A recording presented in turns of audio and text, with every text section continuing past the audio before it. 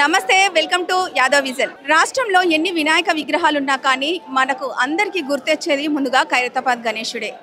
ప్రతి ఏటా ఏదో ఒక ప్రత్యేకతో మన ముందుకు వస్తున్నాడు ఖైరతాబాద్ గణేశుడు. మరి ఈసారి 70 అడుగుల ఎత్తులో 28 అడుగుల వెడల్పుతో ప్రజలకు దర్శనమిచ్చాడు.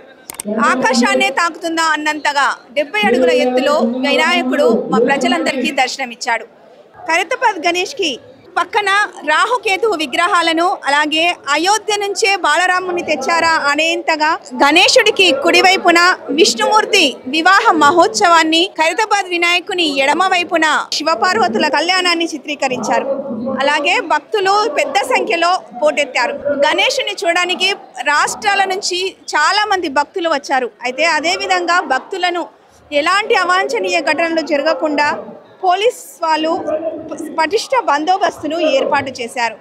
ఖైరతాబాద్ గణపతి 70 అడుగుల ఎత్తు, 28 అడుగుల వెడల్పుతో చూడముచ్చటైన శ్రీ సప్తముఖ మహాశక్తి గణపతిగా తీర్చిదిద్దారు.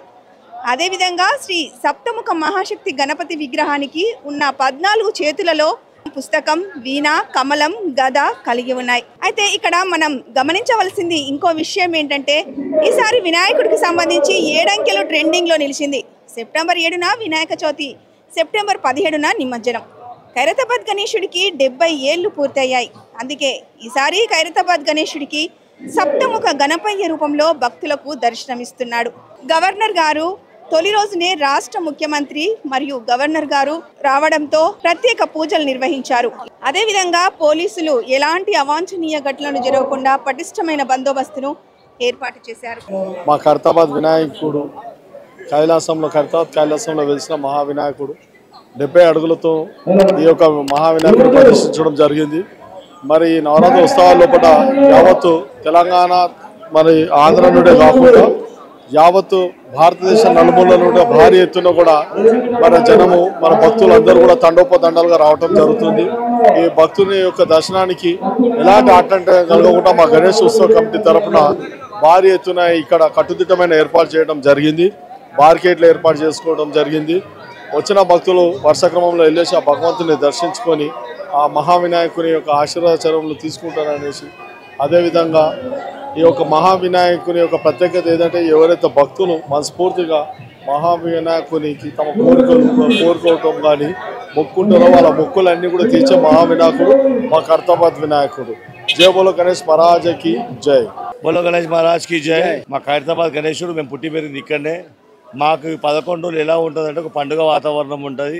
ఇక్కడ మనం ఊర్లలోకి వెళ్తే సమ్మక్క సారక్క మేళా ఉంటుంది కదా, ఆ వాతావరణం మా దగ్గర ఇక్కడ సిటీ సెంటర్లో ఖైరతాబాద్లో 11 రోజులు మాకు మేళా ఉంటుంది.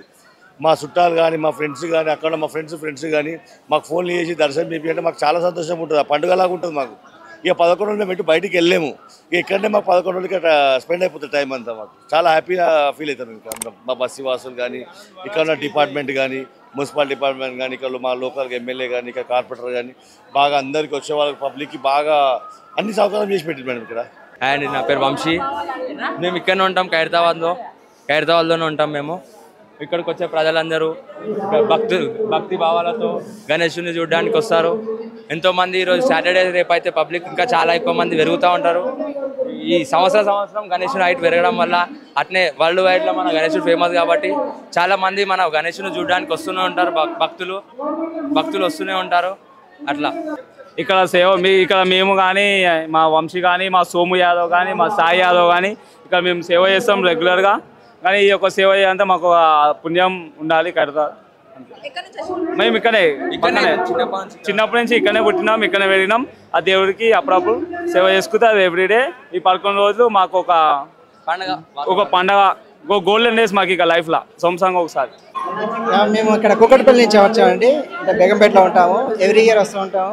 మాకు చాలా ఫస్ట్ వినాయకుడిని పూజిస్తాం కాబట్టి కంపల్సరీ ఇంట్లో కూడా పూజ చేసుకున్నాం. ప్లస్ ఇక్కడ కూడా ప్రతి సంవత్సరం వస్తాం. మా అత్తమ్మ కూడా వరంగల్ నుంచి వచ్చారు, మా కోడలు వచ్చింది, అక్కడి నుంచి వరంగల్ నుంచి చూసుకుంటాం. ప్రతి సంవత్సరం చూసుకుంటుంటాం. ఇక్కడ మా అబ్బాయి, మా మిస్సెస్ అందరం చూసుకుంటాం.